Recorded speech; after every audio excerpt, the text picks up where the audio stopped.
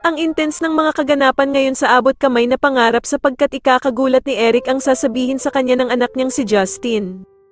Dito nga dahil sa tulong ni Annalyn ay tuluyan na ngang lalambot ang puso ni Justin at maawa na nga ito sa ina niyang si Giselle, kaya naman ay mapagdedesisyonan niya ngang hindi na sumama sa ama niyang si Eric pabalik ng US.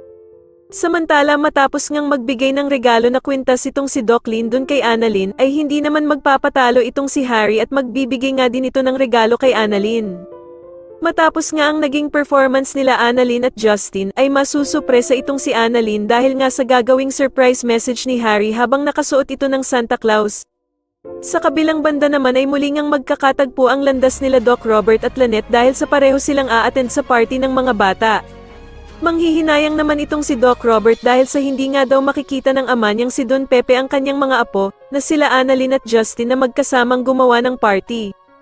Pero ko-comfort naman siya ni Lynette at sasabihing may pag-asa pa naman daw na makita ni Don Pepe ang kanyang mga apo dahil sa buhay pa naman daw ito. Subalit mukhang nawawala na nga ng pag-asa itong si Doc Robert at sasagutin niya nga si Lynette na kung paano nga daw kung hindi na daw tuluyang magising ang ama niyang si Don Pepe.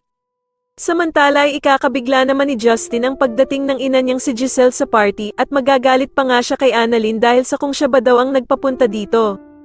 Sasagutin naman siya ni Annalyn na gusto lang naman daw sana niyang magkausap silang dalawang mag-ina. Pero agad namang hihingi ng tawad itong si Giselle sa anak niyang si Justin at aalis na nga lang daw siya.